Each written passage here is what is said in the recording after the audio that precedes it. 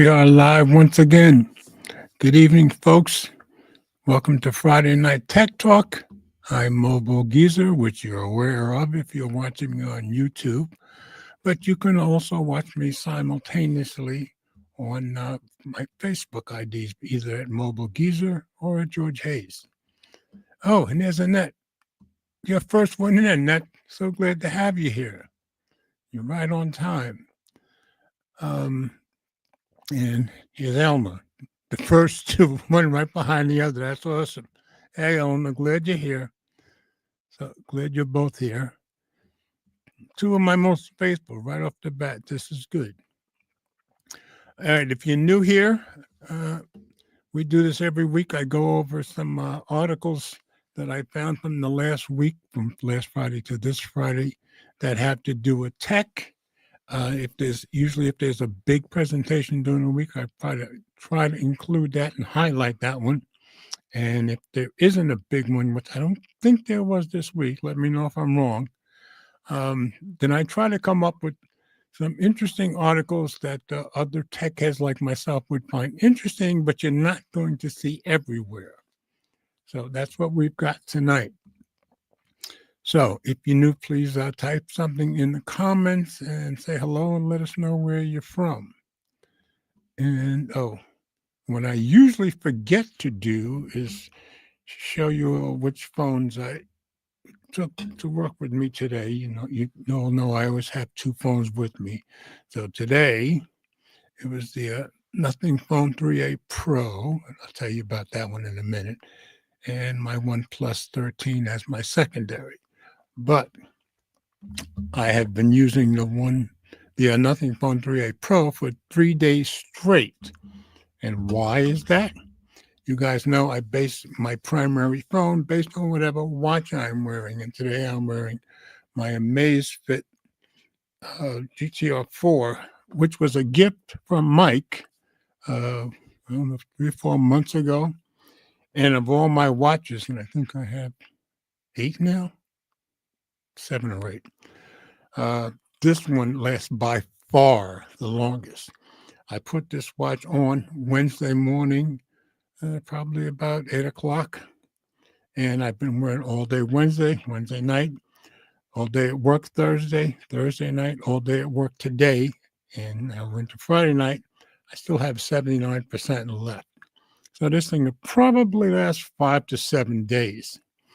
So that's why I've had the Nothing Phone 3A Pro for 3 days straight, because that's the phone that this watch is tied to. So kudos to Mike for giving me. He gave me an older watch, but boy, is it a good one. So just wanted to let you guys know that. I usually forget to tell you which phones I'm using. So every week I go to my website and show you guys what the stories are going to be for tonight and give you a little preview. So let's go over there. Share screen. All right, so if you go to mobilegeezer.wordpress.com and click on today's date, you will get just the show notes for tonight's show. And like I say, I'm not aware of any big events this week, so I just picked some articles that I thought were interesting. So a little preview. Apple, this is in my words, Apple tried to be slick in complying with the U.S. District Court ruling. The judge wasn't buying. I found that on Tech Radar. So, this judge kind of came down hard on them, and they deserved it, I think. You guys can judge for yourselves when we go through the story. Next up, Google Search Labs making AI searches smarter and more specific. I found that on Tom's Guide, and I did try it myself. It seems to work just fine. So I'll tell you, and I only tried it once, so it was just a short demo of what I wanted to see if the article was right, and it was pretty easy. So, but if you're doing AI searches, it just got a lot better. And next, because I gave you the stories 2 weeks ago and the week before that, I think, about the new Nintendo Switch 2, and they've been hard to get, and they were on the pre-order, And so I just gave you the latest Nintendo Switch 2 news. Found that on Tom's Guide. It kind of tells you who's got it and who's about to have it, where you might get a hold of it. So we'll take a look at that. I'm still using my original Nintendo. Then I found a story that I thought was kind of cool. The crypto community is loving Trump's actions on crypto. Yeah, Trump seems to be really trying to get us as a nation into crypto. Hasn't worked with me yet. But people are pretty happy with the moves that he's making, kind of the opposite of what Biden was doing with crypto. So I just thought that was an interesting story. After that, this one was really interesting. Found the Snapchat story. Snapchat's AI chatbot, which hasn't been out long, has some creepy exchanges and concerns parents. I found that on CNN.com, and it is kind of creepy, and you'll see why. And then for the last story, I have a OnePlus Watch 3, and I had given you the story that I had bought it at the original price because mine was a pre-order. Then they jacked the price way up $150. And maybe it was the tariffs. Nobody was sure. But OnePlus Watch 3 back to the original price, the $150 hike reversed. And they're giving people back the money who had to pay the extra. So I just thought that was a good story to end with. Now, I did check to see if Ted had left me a message about not being able to make it because he's out in Dallas and he's a photographer on the side and he often has stuff to do and it's probably still daylight there. But last week I had checked just before I got on and he hadn't sent a message. Well, he sent a message that he wasn't going to make it maybe 1 minute after I started the show. So I'm going to check once more just to make sure. Okay, he hasn't sent any message. So I assume that means maybe we'll have a chance of seeing him tonight. We'll see how that goes. So nothing else new in the comments, so we will go on with our stories. And as usual, if it's just me, it's probably going to be a quicker show than when there's more than one of us. So Apple tried to be slick in complying with the U.S. District Court ruling the judge wasn't buying. So on Tech Radar. And this was published yesterday. This rotten Apple ruling cracks the reality distortion field, and I don't know if that's what consumers want. Written by Lance Ulanoff. Apple may have crossed the wrong judge. I think that's probably true. Let's drop into. You might hear thunder. There's been a lot of thunder, a little bit of lightning around here for the last few hours. So if you hear it, yeah, it's been a lot of it. So I'm going to drop into review, get rid of these ads.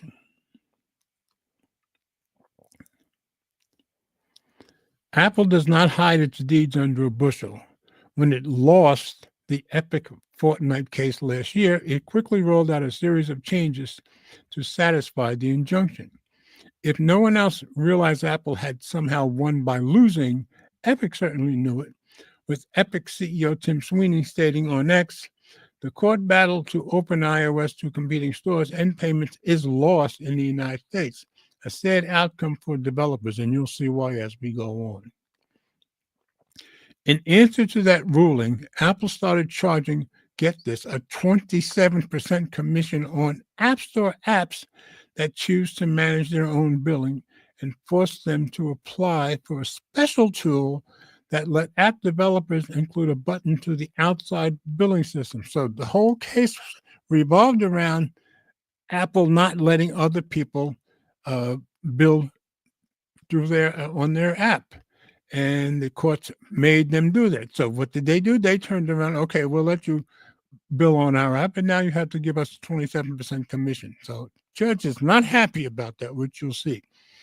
Additionally, Apple required that developers still support Apple's in-app billing system as an alternative to third-party ones, and I don't see anything wrong with that. It was all there in black and white, but those decisions triggered what may be one of the most scathing rulings I have ever read. Yeah, this judge was seriously upset. I mean, U.S. District Court Judge Yvonne Gonzalez Rogers, who has been presiding over this case for years, is pissed, but she really is. Was Apple trying to follow the letter of the law while skirting around the bits that might have any impact on its commission revenue business? Absolutely. As Judge Gonzalez says it, yes. What I find strange there in that last sentence, District Court Judge Yvonne Gonzalez Rogers, her last name is Rogers. And then he says, as Judge Gonzalez says, so I'm thinking maybe she wasn't married or didn't have the name Rogers before when this trial started. I don't know. I just found it strange that he didn't say Judge Rogers. So, as Judge Gonzalez said, yes, don't believe me? Read this unedited bit from the court ruling. Yeah, this is what she wrote.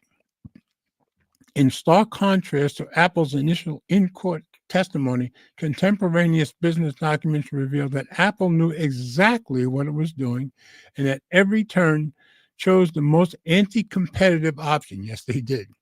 To hide the truth, Vice President of Finance Alex Roman outright lied and told she's under oath, which to me means he ought to be locked up, just my opinion. Internally, Philip Schiller had advocated that Apple comply with the injunction, but Tim Cook ignored Schiller and instead allowed Chief Financial Officer Luca Mastri and his finance team to convince him otherwise. So they tried to be deceptive, and they threw that 27%. Okay, we'll let you on our App Store, but now you got to pay us 27%. So Cook chose poorly. The real evidence detailed herein more than meets the clear and convincing standard to find the violation. The court refers the matter to the United States Attorney, so they are trying to prosecute them for lying, for the Northern District of California to investigate whether criminal contempt proceedings are appropriate, which I think they are. As the judge sees it, Apple may have used the ruling to further enrich its commission business. Yes, they did find a way to do that. Hey, Brian, what's up, Brian? Glad you're here. Just on the first story. Prior to the injunction, Apple did not allow linked out purchases and thus did not charge any commission for purchases made outside of or off its platform.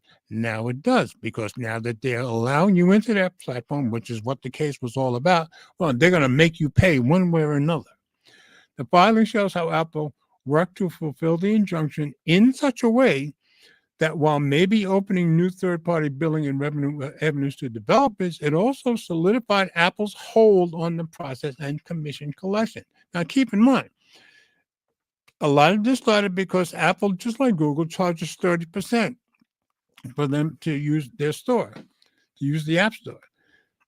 So what did they do? Now they're charging you 27% to build through there, which means they're not losing much money, and it's going to dissuade app developers from even trying to build through them. And that's what the judge is very, very pissed about. Judge Gonzalez paints this as a pretty nefarious operation, with Apple willfully hiding and lying about its intentions. The thing is, Apple has never lied about its intentions regarding the App Store. Yeah, they are out to make money, and they don't make any bones about it. The Apple way. Apple likes full stack control for, well, control, but also it can fulfill its security and privacy promises. And here's where they kind of have a point, I think. An app store where you can trust the majority of apps is not something that occurs naturally.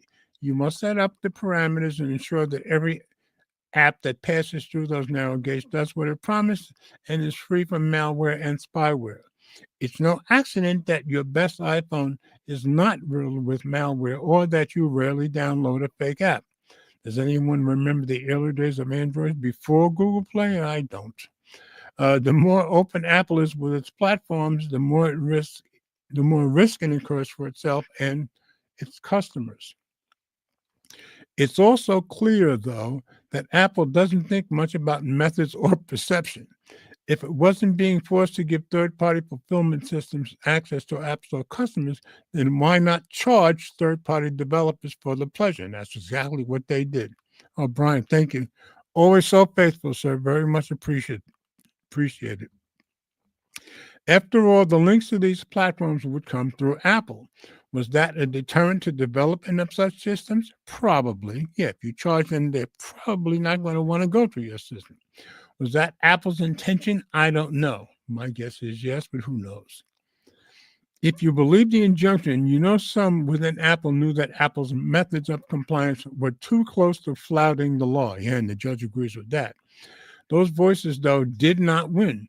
Former Apple CFO Luca Mastri, once a voice of reason on Apple earnings calls, is named a key champion of potentially bad ideas. As for what Apple does next, well, I'm sure it will fight. But there's also no way it can ignore Judge Gonzalez's closing statement. Just as you can see how pissed she is. This is an injunction. This is what she wrote, not a negotiation. There are no do-overs once a party willfully disregards a court order. Time is of the essence. The court will not tolerate further delays. As previously ordered, Apple will not impede competition. The court enjoins Apple from implementing its new anti-competitive acts to avoid compliance with the injunction. In other words, they're not going to let them charge that. She's not going to let them charge that 27%. Effective immediately, Apple will no longer impede developers' ability to communicate with users, nor will they levy or impose a new commission on off-app purchases. So they want to charge 27% to let you in. She's saying, no, you won't either. What happens next? If this ruling holds, which is not a certainty as Apple plans to appeal, it may trigger sweeping changes that could forever alter the way we use the App Store. The loss of a fully closed system may not be the best thing for consumers, and that is true. Still, it gives app developers the flexibility many have been craving and effectively takes the Apple Commission, the Apple tax, off the table for transactions happening outside the platform, even if users found that link from inside Apple's App Store. Epic is already planning for a best-case scenario and quickly announced that Fortnite will return to the App Store next week. Good for them. With, I'm sure, in-app purchases, those skins, all taking you outside Apple's platform. This might be the first effective crack in Apple's reality distortion field, one that refashions reality to suit its needs. Yeah, they sure did it this time. Well, they tried to do it. She's not learning. We've seen it at work this year with Apple not delivering the full Apple Intelligent understatement experience, but telling customers that the iPhone 16 comes with. Yeah, that's why they're being sued.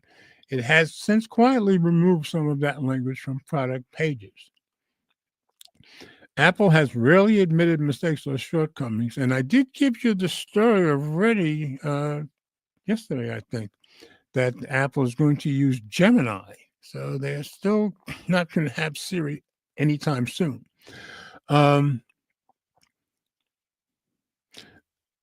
As for the injunction, it reads like the final word on. Oh, no, I didn't finish this today. Rarely admitted mistakes or shortcomings. And while this ruling isn't a sign that Apple will start now, it appears to have no choice but to deconstruct the distortion field it built around app developer choice. Good. As for the injunction, it reads like the final word on the subject. Apple willfully chose not to comply with this court's injunction. Well, I think strictly they're saying they did, but she knows what they did. It did so with the express intent to create new anti-competitive barriers, which would, by design and in effect, maintain a value revenue stream, a revenue stream previously found to be anti-competitive. That it thought this court would tolerate such insubordination was a gross miscalculation. As always, the cover-up made it worse. For this court, there is no second bite on the apple. Ouch. So they really got this lady upset, and she is going to make them pay, and she's not going to allow them to charge that 27%. So I thought it good for that judge, I say. Now, of course, Apple has deep pockets, so who knows what they're going to get with the next judge. So we'll see. But very interesting story, I thought. So on to the next story. Like I said, there was no big presentations or anything like that this week that I'm aware of. Google Search Labs making AI searches smarter and more specific. I found this one on Tom's Guide, so let's go take a look. And this was published yesterday also. Google's new AI upgrade will change the way millions search, and it's rolling out now by Amanda Caswell. Google Search just got way smarter. And like I said, I did try it out yesterday based on what I saw in here, and it does work. And I just gave it a simple query, but I did it strictly with voice.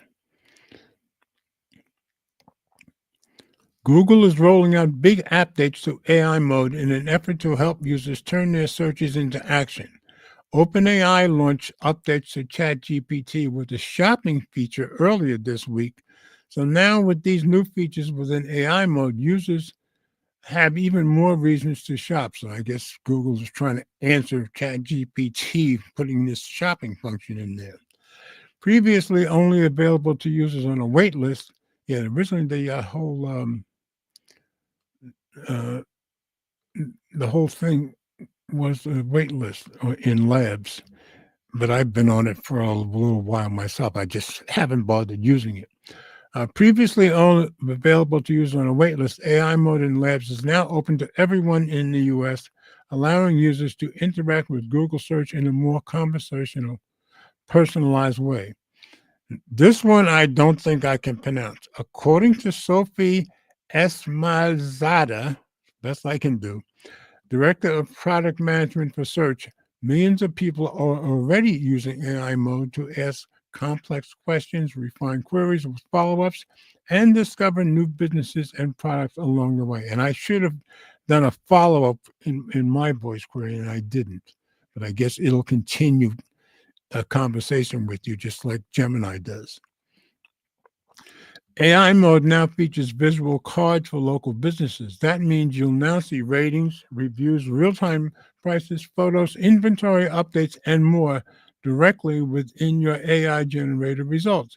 For instance, if you're planning a weekend getaway and need a foldable camping chair under $100 that fits in a backpack, AI mode will surface specific product suggestions that match your criteria, complete with links to retailers and real-time availability. So smarter and I believe faster too.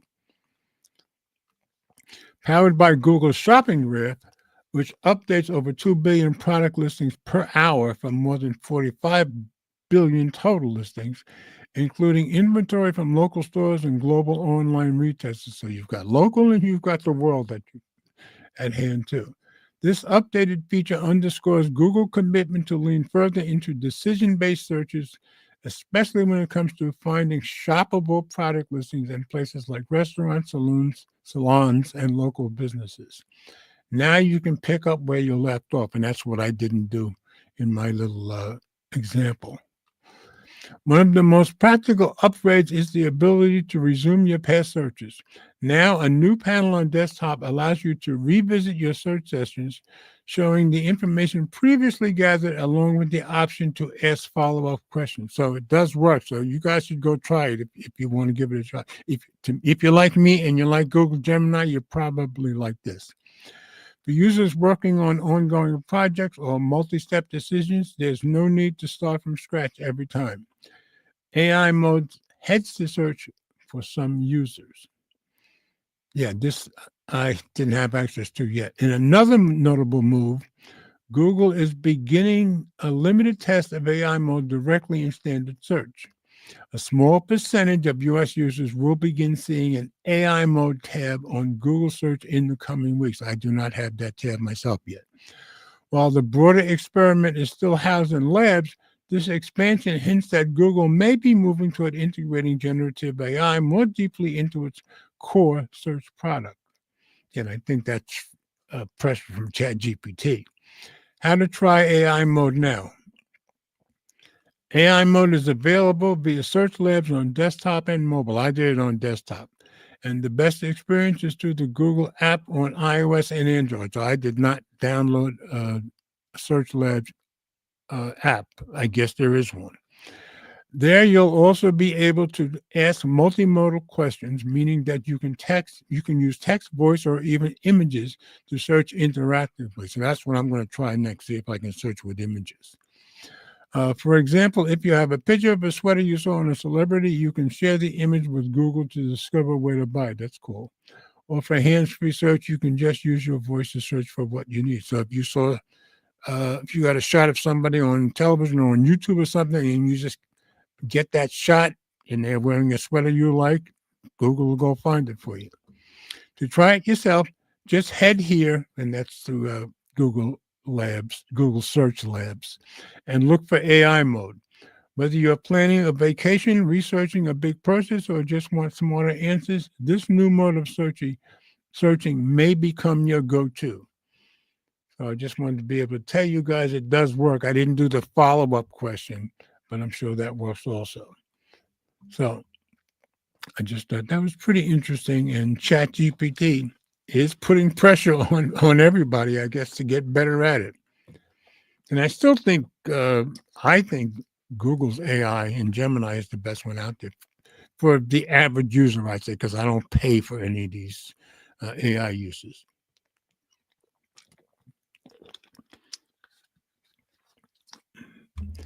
Okay, nothing else new.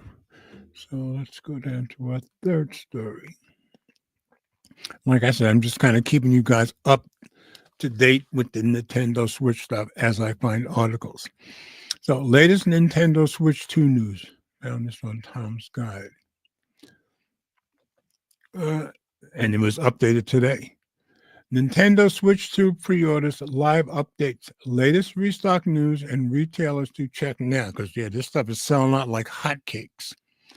Switch 2 pre-orders are live and are tracking restocks across retailers by Rory Mellon. Contributions from Scott Yunker and Luis Ramirez. So let's drop into review. I'm not going to read every word of this. I'll just give you the general idea in case you're interested. So, final sweep of the day. So that was today. The weekend is finally here, and my last retail sweep of the week shows there's still no Switch 2 inventory anywhere. Like I said, hard to find. But he's writing this so people know where to look. I doubt the weekend will bring any significant restock, so here's hoping next week has some surprises in store for us. So he's just telling you, these are the places to look. Walmart, check stock. Amazon, no pre-order info. That's pretty strange, and he addresses that. Newegg, check stock. Target, Antoline, Nintendo pre-order with invite. You have to have an invite to get the one from Nintendo, which surprised me. Best Buy check stock, GameStop check stock, Sam's Club no pre-order info, and Dell no pre-order info. So these things are very hard to get to even order them. Tip: make or update retailer accounts. So make sure you have a retailer account. No one knows when the next batch of Switch 2 restock will be released. However, there are some things you can do now to help you get ahead of the game. Some of them might be obvious, but they're worth repeating. Let's see, Brian, there's no question, I guess, about the last story. Which AI feature does the average user use the most? I would think it's going to be voice search. That's for sure what I use the most, because it's the easiest one, and they're getting pretty good at coming back with accurate results. So I'm thinking it's going to be voice search. And I know Gemini does voice search very well, and now the one I just told you about on Labs also does it very well. All right, now, first, to ensure you have created an online account for each retailer where you hope to purchase a Nintendo Switch. So what he's saying is you should make an account at all of these places if you're really hot to get it, because that's going to be your best shot, I guess. For example, if you prefer Walmart or GameStop, make sure you have an account made and that you're logged in before the pre-order window starts, which I believe it started yesterday, something like that. I think we'll see it. If global pre-orders are anything to go by, it'll be a scramble to lock one in, and you don't want to fumble around creating an account or forgetting your password. Firmware update fixes Switch boot up error. I didn't even know about that. I think, yeah, see, they just put this in here today because this wasn't in here yesterday when I put this up. Nintendo released a firmware update earlier this week that caused havoc for some Switch users. Although I didn't know that. Although the release was supposed to add support for virtual game cards, game share, and system transfer, among other features, it actually bricked some Switch consoles. Can you imagine if you were that hot to get the Switch 2 and it bricked it with their own update? That's not good. Well, Nintendo has released a new update that should take care of, and that one's v20.0.1. Make sure you have that one, not the .0. That should take care of any issues for Switch owners who were affected by the last release. Tom's Guide West Coast editor Scott Yunker has the lowdown in his story via the link below. So, yes, they just put that in today. A Sega Switch 2 games up for pre-order as an Amazon. That's good, I guess. It's been weeks since Nintendo announced its Switch 2, but Amazon has yet to launch a Switch 2 product page on its site. Yeah, that's a strange thing. Amazon is not even mentioning it, according to this. To me, it's one of the biggest mysteries since practically every real retailer has a Switch 2 product page, even if they don't have stock at the moment. Oddly enough, Amazon does have pre-order pages for various Sega games that are set to arrive with the Nintendo Switch 2 in June. So that's kind of weird. This includes Sonic X Shadow Generations, which was very recently confirmed to be a launch title. The others are Yakuza 0, Director's Cut, Puyo Tetris 2S, never heard of it, Remastered, The Mystery of the Soulless Armor, from $39. So that's cheaper than this, what was it, $60 to $80 that I told you about a couple of weeks ago. Retailer Sweep, no stock ATM. Happy Friday to all. Deals EIC Lewis on board for a new day of Switch 2 pre-order restocks. I'll kick things off doing a quick sweep of retailers. Sadly, there's no sign of any Switch 2 pre-order restocks at the moment.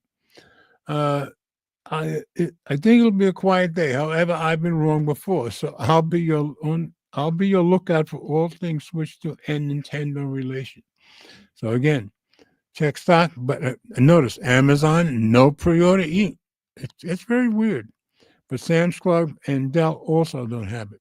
Basically the same stores, though. So I think that's about. Oh, okay. Don't forget to switch to Pro Controller. If you've been fortunate enough to already secure a Switch 2 pre-order, or you just want to get something Switch 2 related in your cart at this stage in the game, don't forget about the Nintendo Switch 2 Pro Controller. Didn't even know about it. I'm pretty confident this will be the most popular Switch 2 accessory, and it already appears to have sold out at Walmart and GameStop. No surprise there. But you can still secure one at Best Buy. I'll bet you by the time this was written, you can't. But who knows? But this available stock might not last much longer. So if you know you're going to want one for launch, it's worth placing a pre-order. Your pre-orders are the way to go with this stuff. In gaming news, GTA 6, Grand Theft Auto 6, delayed until 2026. People are not going to be happy about that. This wasn't in there yesterday either. Okay, so I know this isn't related to Nintendo Switch 2, but it's major gaming news, and it's the story that everybody interested in video games is talking about.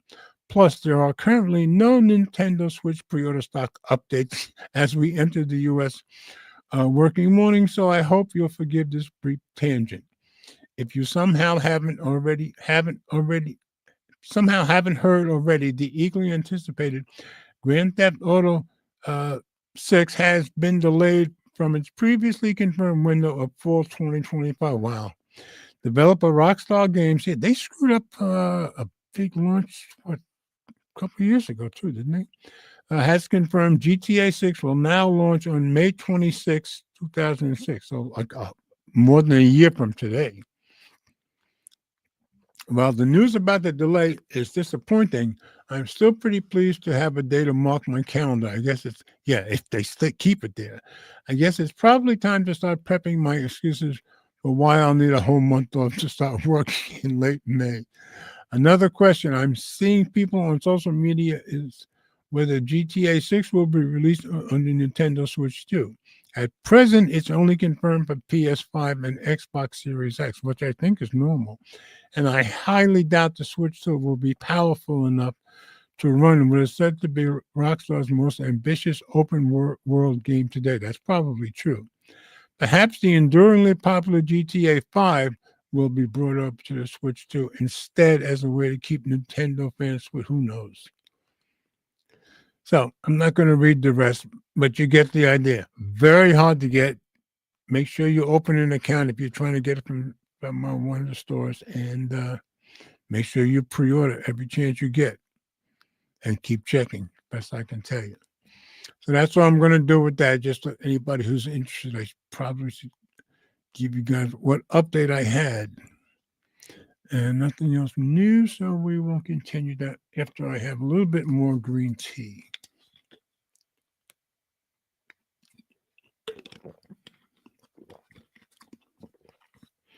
Okay. Next story. The crypto community is loving Trump's actions on crypto. This was on CNBC.com. Who are not Trump fans, I guarantee you that. Trump rewrites crypto rules in first 100 days.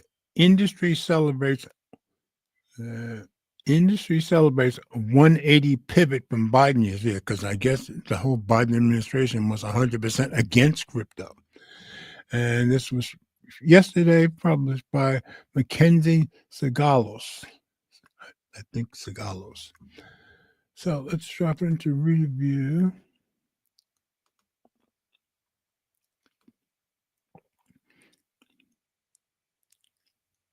As President Donald Trump hit the 100-day mark this week for his second term in office, his approval numbers were lower than for any administration at this point in over 7 decades. Don't tell that to the crypto community. Trump ran for office on a promise to make America the crypto capital of the world. Those who got behind that message say he's already delivered, or at least gotten off to a hot start. A blitz of executive actions, strategic appointments, and early wins from the creation of a strategic Bitcoin reserve to the rollback of enforcement-heavy SEC tactics has left the industry feeling more welcome in Washington, D.C. than ever. Good for them. Every single appointment I'm happy with from a crypto perspective, said Nick Carter, founding partner at Castle Island Ventures. The previous financial regulatory apparatus was dead set against crypto, and now it's been a total 180 compared to that. So good for them. President Trump faced early blowback after proposing the possibility of a strategic crypto reserve that would go beyond Bitcoin and include other digital currencies like Ether, XRP, Solana's SOL token, and Cardano's ADA. Now, of course, I don't know any. I know Ether. It's the only one I've heard of. Skeptics said taxpayer dollars shouldn't be spent on such risky access, and I think later it says it won't be. The president soon narrowed the plan to focus solely on Bitcoin and make it clear he wouldn't use taxpayer funds to support a government buying strategy. He's also been criticized by some for launching, I've heard this months ago, for launching a meme coin that's added billions of dollars in paper wealth to his net worth. The Trump token surged earlier this month after its website announced that top holders would be invited to a private dinner with the president. That's a way to jack up its worth. His family is also involved in other crypto projects. Some people don't like that.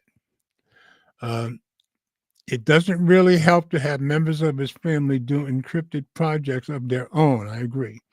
I understand, Carter said, I understand they are interested in the industry and want to engage with it, but the optics are not that favorable around it. That's probably very true. But for the most part, that behavior is being ignored as the crypto industry prefers to focus its attention elsewhere, even as the president's job approval broadly sits at just 43%, according to an average of recent national polls. At the Office of the Control of the Currency, Jonathan Gould has signaled support for issuing new bank charters to crypto firms. So it looks like everybody's on board with the crypto thing. During President Joe Biden's presidency, that was almost unthinkable. We'll see a lot of new crypto firms getting bank charters. So some of them are going to be crypto banks, Carter said, and new banks getting set up that are expressly focused on crypto and stable coins. The Federal Deposit Insurance Corporation, under interim chair Travis Hill, is also making moves. Crypto fans have applauded his efforts to expose what industry insiders called Choke Point 2.0, an alleged coordinated effort by regulators during the Biden presidency to pressure banks into severing ties with crypto. I wonder why. Paul Atkins, the new chair of the SEC, represents a stark contrast to predecessor Gary Gensler, who was a notorious hardliner when it came to crypto regulations and enforcement. Well, there have been a lot of swindles, like maybe that's why.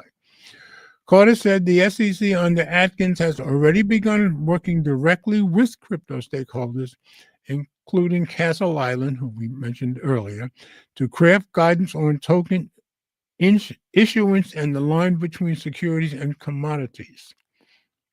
This is the clarity we've been asking for, Carter said. Even barring a legislative solution, I think the SEC is going to come out with real guidance around tokens and how a domestic crypto firm can operate. That's good. Atkins made his first public appearance just 4 days into the job by opening a crypto roundtable. No wonder they like him. A move that sent a clear signal to industry participants. Last week, Atkins hosted a half-day session at SEC headquarters in Washington, D.C., focused on crypto innovation and custody. Well, good for them. The event took place weeks after the regulator formally dropped its long-running lawsuit against Ripple, a symbolic end to a 4-year battle between the SEC and the crypto industry. So I guess there's your difference between the Biden administration and Trump administration. Veronica McGregor, the chief legal officer of Exodus and a participant in the SEC's crypto roundtable, echoed Carter's sentiment in calling the approach a 180 pivot.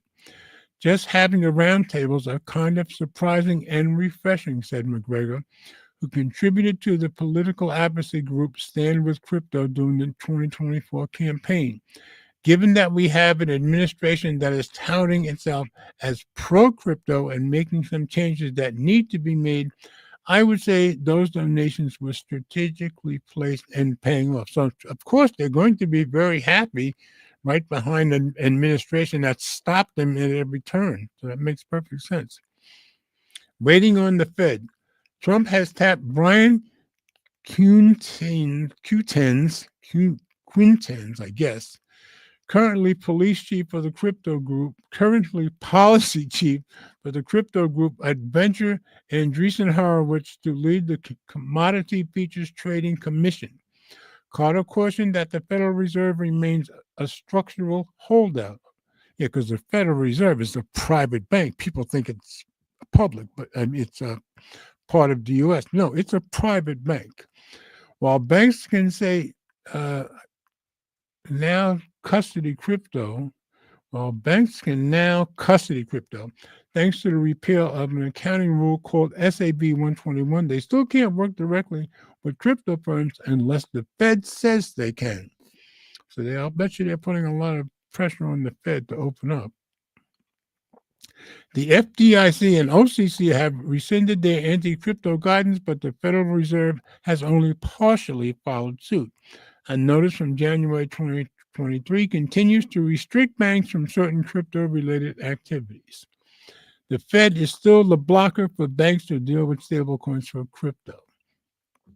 Brian Armstrong, CEO of Coinbase, speaking on CNBC's Squawk Box outside the World Economic Forum in Davos, Switzerland on January 21st, 2025. Still, the industry has largely gotten what it wants. Coinbase CEO Brian Armstrong was among the biggest donors in the 2024 election cycle. No wonder Trump wants to please him, and made it his second job to try and get crypto-friendly candidates elected. Paul Grewal, the company's legal chief, said the Trump administration has really flipped the script on crypto. It wasn't all that long ago that we had an administration that not only was skeptical of this entirely new technology, but was in fact hostile to it. Grewal said, now we have a White House and a wider administration that is not only welcoming of digital assets and blockchain-based technologies, but embracing it in a number of different ways that really has stood out in the first 100 days. Grewal also pointed to some bipartisan momentum in Congress, including bills on stablecoins and market structure. Let's see if they get passed. We've got one issue, it seems, where the White House, together with Republicans on the Hill, have worked together with Democrats in both houses of the Congress to get digital asset legislation on the move, Grewal said. Well, that's good. Grewal praised the SEC for soliciting public input and opening the door to industry participation on topics like custody and market structure. Twisted my tongue today. Faryar Shirzad, Coinbase's chief policy officer, said the administration has already met two core expectations: ending the regulatory crackdown on crypto and working with Congress to deliver clarity. He said he's been pleasantly surprised by the scope of the administration's ambitions to go beyond Bitcoin and to integrate blockchain technology across the broader financial system. They are moving much more aggressively to try to implement crypto and blockchain technology in the broader capital markets, he said. At the SEC, he said that includes tokenizing the equities market and examining how that fits with traditional regulatory frameworks. Shirzad also noted that bank regulators have begun exploring blockchain-based payment systems. Beyond the $3 trillion crypto market, he said that the administration target appears to be 100 trillion capital markets, and I think that's something that people should pay close attention to. Ripple Chief Legal Officer Stu Alderoty, now president of the National Cryptocurrency Association, said internal data shows that 73% of U.S. crypto holders want to see the country become a global leader in this space. So, don't have to read the rest, but obviously, Trump administration is very big on backing this up, so good for them. Okay. Anything else new in the comments, so we will push on. I think I've only got 2 stories left. This, to me, is my interesting story of the week. When I started reading it, I'm like, wow. Snapchat's AI chatbot has some creepy exchanges and concerns parents. So that's on CNN.com. So let's go check it out. And this was from yesterday also. Snapchat's new AI chatbot is already raising alarms among teens and parents, by Samantha Murphy Kelly. And like I said, from yesterday, let's drop into read review.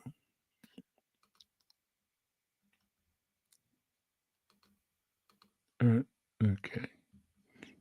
I'll try it again. Sometimes read review just acts silly. I guess that ad didn't help either. There we go.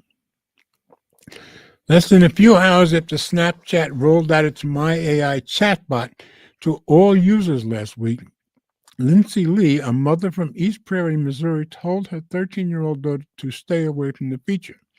It's a temporary solution until I know more about it, and can set some healthy boundaries and guidelines, said Lee, who works at a software company.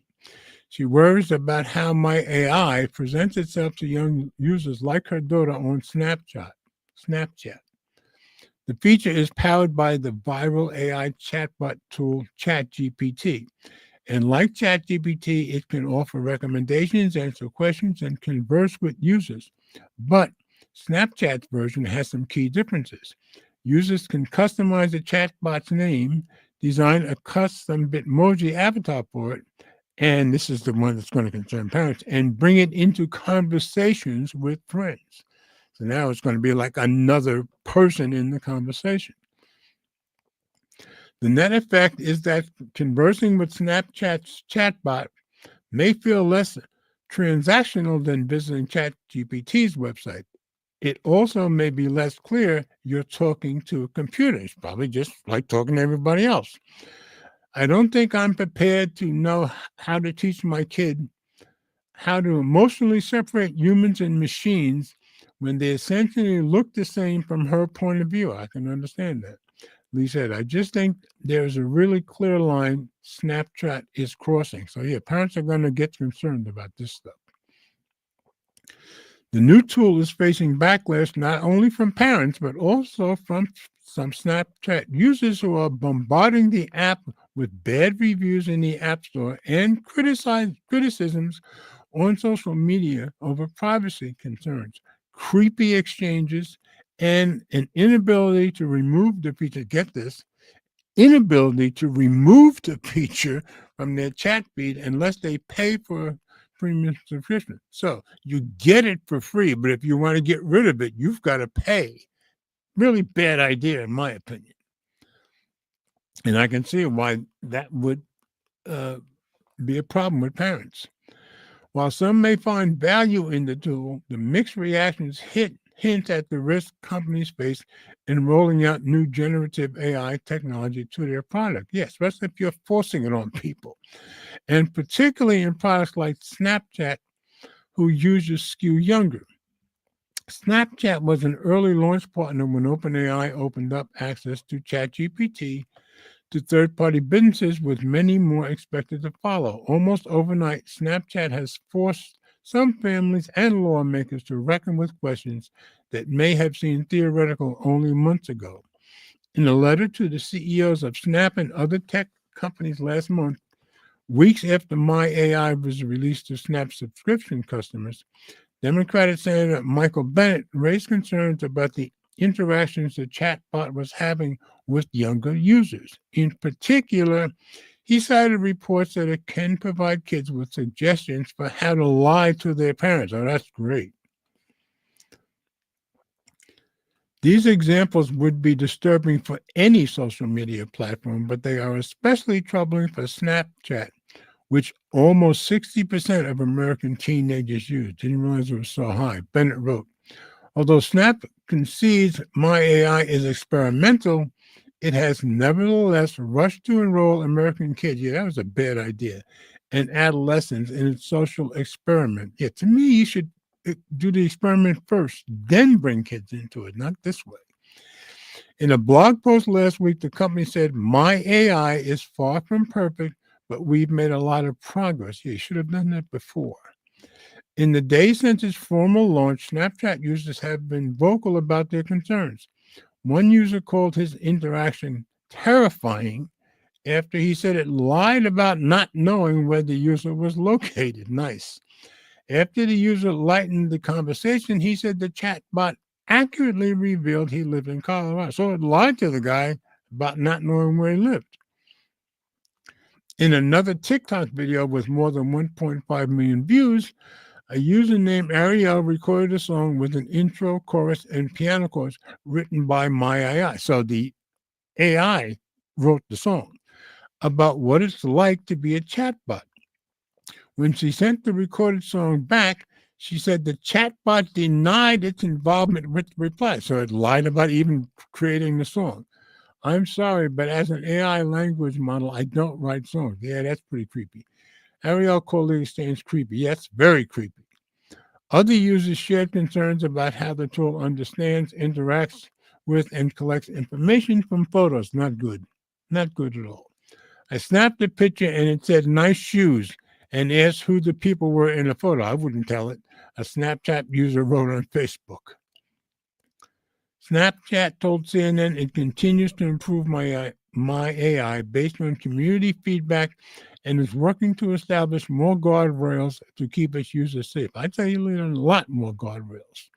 The company also said that similar to its other tools, users don't have to interact with my AI if they don't want to. So they're given to everybody free. They're making sure you have access to it, but they're saying you don't have to interact with it, which I guess is true, but I don't think they should have done this. It's not possible to remove my AI from chat feeds, however, unless a user subscribes to its monthly premium service, Snapchat Plus. Some teens say they have opted to pay the $3.99 Snapchat Plus fee to turn off the tool before promptly canceling the service. Good for them. And it's teens who are doing it. That's interesting. But not all users dislike the feature. One user wrote on Facebook that she's been asking my AI for homework help. Yeah, this is how you make dumber kids. Give them AI to do their homework. It gets all of the questions right. Another noted she's leaned on it for comfort and advice. Bad idea. I love my little pocket bestie, she wrote. Really, really bad idea. You can change the Bitmoji, the avatar, for it, and surprisingly, it offers really great advice for some real life situations. That's a bad idea with teenagers. I love the support it gives. I'll bet you do. I wonder if your parents love it. ChatGPT, which is trained on vast troves of data online, yeah, they steal data from everybody, has previously come under fire for spreading inaccurate information, responding to users in ways they might find inappropriate, and enabling students to cheat. Gee, what a surprise. But Snapchat's integration of the tool risks heightening some of these issues and adding new ones. I wouldn't be a bit surprised. Alexandra Hamlet, a clinical psychiatrist in New York City, said the parents of some of her patients have expressed concern about how their teenager could interact with Snapchat's tool. There's also concern around chatbots giving advice about mental health, yeah, because AI tools can reinforce someone's confirmation bias, making it easier for users to seek out interactions that confirm their unhelpful beliefs. If a teen is in a negative mood and does not have the awareness, desire to feel better, they may seek out a conversation with a chatbot that they know will make them feel worse.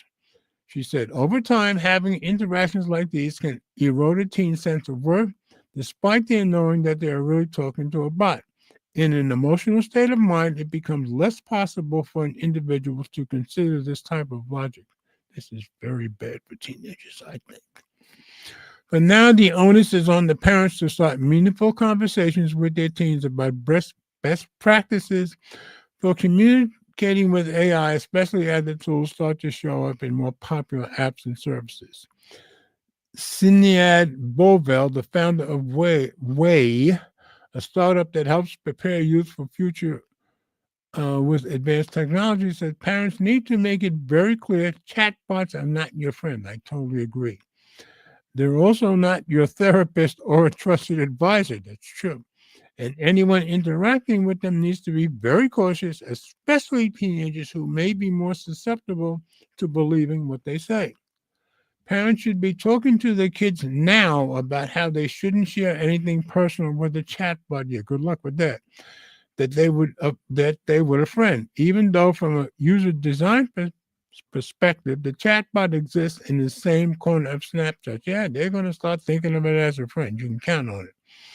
She added that federal regulation that would require companies to abide by specific protocols is also needed to keep up the rapid pace of AI advancement. You can bet companies will fight that. So all in all, this sounds like a pretty dangerous thing to give wide open to teenagers, in my opinion. But very interesting story, I thought. And now we're down to my last story. And like I said, I got the OnePlus Watch 3 on pre-order, so I got it at the original price, and then they jacked it up.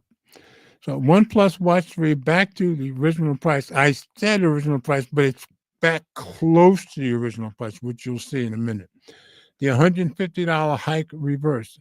This was on The Verge, I believe, yesterday. OnePlus backs off its Watch 3's huge price hike. It was a big hike. If you bought it at $499.99, $500, OnePlus will refund you $150. Well, that's good.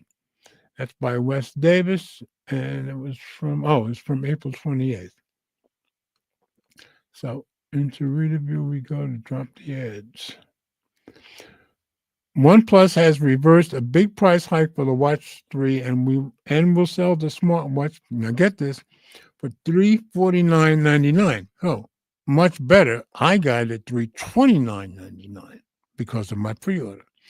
OnePlus spokesperson Spencer Blank tells The Verge via email that's $20 more than the price it was initially announced at, but a big drop from the unexplained $500 cost it debuted at on April 10th. And it's a great watch, by the way, maybe the best watch I have right now. Blank attributes the Watch 3's 52% price increase on April 10th to current market conditions. Yeah, they never would say exactly why, but now says that further evaluation and supply chain adjustments have made it possible for the company to drop the price back down, albeit not all the way to the $329.99 it had intended. Blank adds that the new price tag is the final MSRP price and will not be changed going forward. That's good. OnePlus customer support will reach out to anyone who bought the watch. So I hope they do reach out to anyone who bought the watch at the higher price, and the company will refund the difference. So by that, you shouldn't have to reach out to them. They should be reaching out to you if you spent $500. OnePlus wouldn't comment on the increase earlier this month. That's right.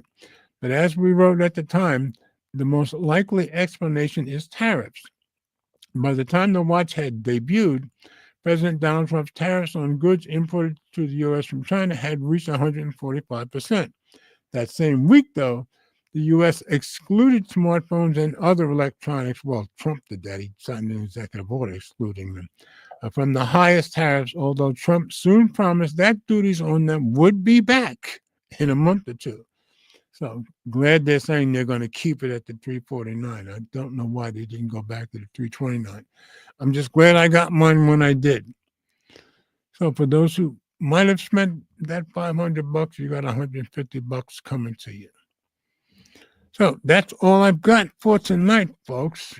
And like I usually forget to do, I always put at the bottom, this is where we have open discussion. Now, I realize that probably not many people, if any, are going to put something in the comments to start a new discussion